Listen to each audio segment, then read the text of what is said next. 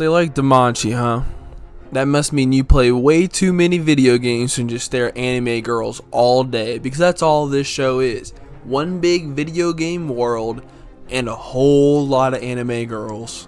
And like a lot of you, it's my guilty pleasure. But you didn't come here to get insulted. You came here for a review and recap before Season 4 releases later this week because you're just too lazy to watch the other 40 episodes before then.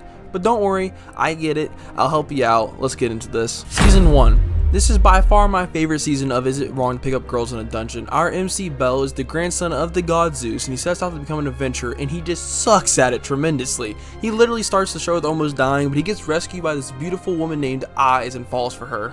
But our lady killer MC, instead of just stopping and talking to her, runs away and asks a guild advisor about her, and she informs him that he has no shot. But if he gets strong, he might have a chance. And he wants to feel some melons so bad that he manifests the skill. The stronger his desire is to get stronger, the faster he'll get stronger. All for some milky balloon bags. Talk about being down bad. With this new development in the story, he also acquires a knife from the goddess Hestia that gets stronger along with him. If you ask me, it's kind of broken. But that's besides the point, because now the goddess Freya has taken notice of Bell and just gets off on watching him fight, so she orchestrates different events, drops convenient items like this grimoire that teaches enchantless magic, which is unheard of, and sets up these fights which pushes him into level 2. At this point in the story, Bell has now become the fastest person in history to hit level 2. It took him just a month and a half. For some reference, Eyes was the previous record holder and it took her a year. Also, he learns another skill called Argonaut, which is if he feels like his life or another person's life is in danger, he gets a massive power boost to one-shot any enemy in his way, which he uses on Eren Yeager in the season finale. You are now at the end of season 1, and at this point, Bell now has 4 girls in his harem: Ina, Hestia, Lily, and Seer, and has 3 on the sidelines waiting to get in: Eyes, Tiona, and Tione. Now for the review of season 1. Literally the whole first half of season 1 is just setting Bell up to be overpowered throughout the show. In my opinion, the first half's really slow but enjoyable, don't get me wrong, because it just sets everything up and it's really needed. Then from the Minotaur fight on, it gets way better. This fight alone is my favorite in the series and probably top 5 fights for me, period. So many stakes were involved and it wasn't the flashiest, but it was just so well choreographed. This also, when Bell starts adventuring more and there's less power setup and more story setup, I give season 1 an 8 out of 10. But before we get any further, guys, I just want to say, if you are enjoying, go ahead and like, subscribe. It really helps me out. We do anime reviews twice a week here on this channel, and with that out of the way, let's get on with the video. Season 2. In this season, Bell and his crew are now adventuring in ease in the middle floors of the dungeon, but Apollo has taken notice of Bell and wants him all for himself, so he sets up a situation so Hestia has to agree to a duel for ownership of Bell. Then she says no anyway, so he just jumps her in the streets. After being forced into the war games, they ended up drawing the only game that the number of participants mattered the most. Since there's only Bell in the Hestia Familia, Apollo so graciously said they can recruit one additional person that is not registered with the guild.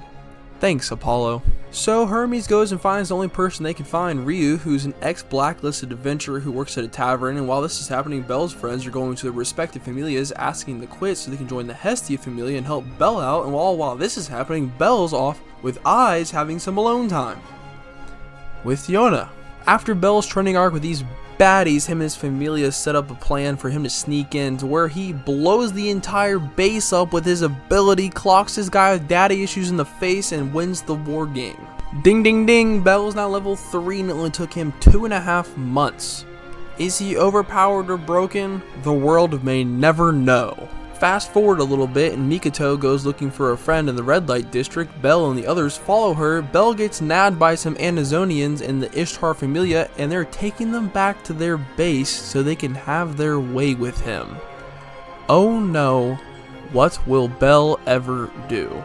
That was until Froppy wanted to get down and dirty, so he runs away, finds this girl named Horihime, which just so happened to be the friend that Mikoto was looking for. Turns out Horihime is actually about to be sacrificed by the Amazonians that want to rip Bell's clothes off, so he has to go back. But when this is happening, a war breaks out between the Ishtar and Freya familias that Hermes has orchestrated over Bell.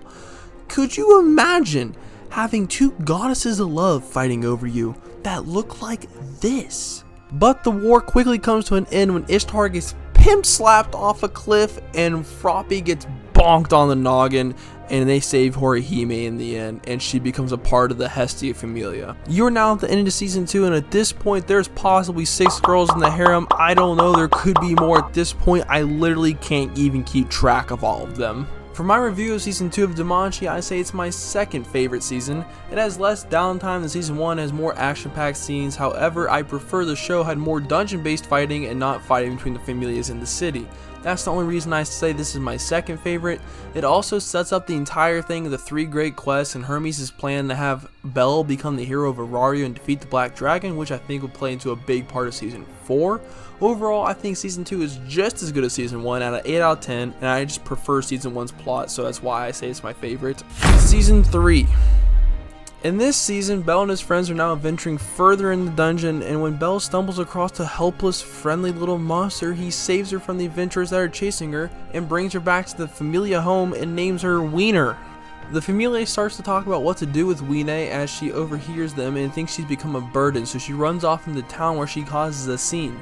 Then the god Uranus is revealed, and him and his servant are advocating for coexistence between humans and Xenos, which are the monsters with reason like Wiener. After hearing that Belle and his Familia have taken in Wiener, Uranus then orders a quest to Belle and the rest of the Familia to take Wiener down into the dungeon to meet up with the rest of the Xenos to help push forward their agenda for coexistence. Skip forward a little bit, and now monster poachers have captured some of the Xenos and they're trying to auction them off. Belle finds them and attempts to save them, but the gem that keeps Wiener sane comes off as she goes on rampage into town. The Loki Familia step in, stop her, Belle saves her, and then Wiener escapes Belle, and then she goes on a rampage into town. The rest of the Xenos escape into town also. Belle, now looking like a pretentious butt face and the enemy of the town, is now cooperating with the small group of people to get the Xenos out of the town while the other Familia are hunting them down.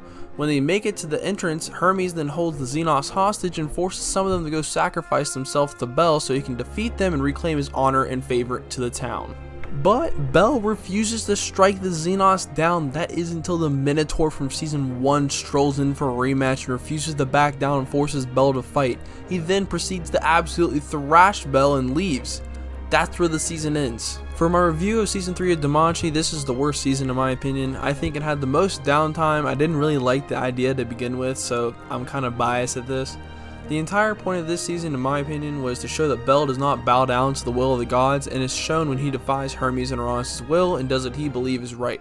The last 3 episodes of this season are phenomenal, especially the finale. The fight with Belle and the Minotaur, again, is amazing. It honestly might be better than the first one. I can't really tell. Visually, this one is better, but I think the first one had more stakes in it, so I think I like the first one better for that reason. I do give Season 3 a 7 out of 10 though. Now, even though I'm being hard on DanManchi, saying it's slow at times, there's not enough action here or there, Season 3 is not up to par. Even though these are my critiques for the show and I think they are flaws for it, it's still a great show and deserves a watch. The backstory, the storytelling of the adventures in Arario, the familias, the characters, their attitudes, their actions, the music, all of these things make for spine-chilling moments, like both the Minotaur fights, the Freya and Ishtar Familia War, when Belle stands against the will of the gods. All these moments didn't have insane animation like My Hero Academia, but they don't have bad animation, so it's not a flaw. But they take something that's lacking what the other shows have and still make a moment that can be compared in greatness to those that have what they're lacking. So I think that just says thousands of words, makes a great statement to what this show can do. So yeah, just go watch Is It Wrong to Pick Up Girls in a Dungeon? You won't regret it. But that's all I got for my review, Is It Wrong to Pick Up Girls in a Dungeon? I hope you enjoyed it. If you did, don't forget to like and subscribe. It really helps me out a lot. And let me know what you think of DanManchi, what your predictions are for Season 4, and I'll see you in the next one.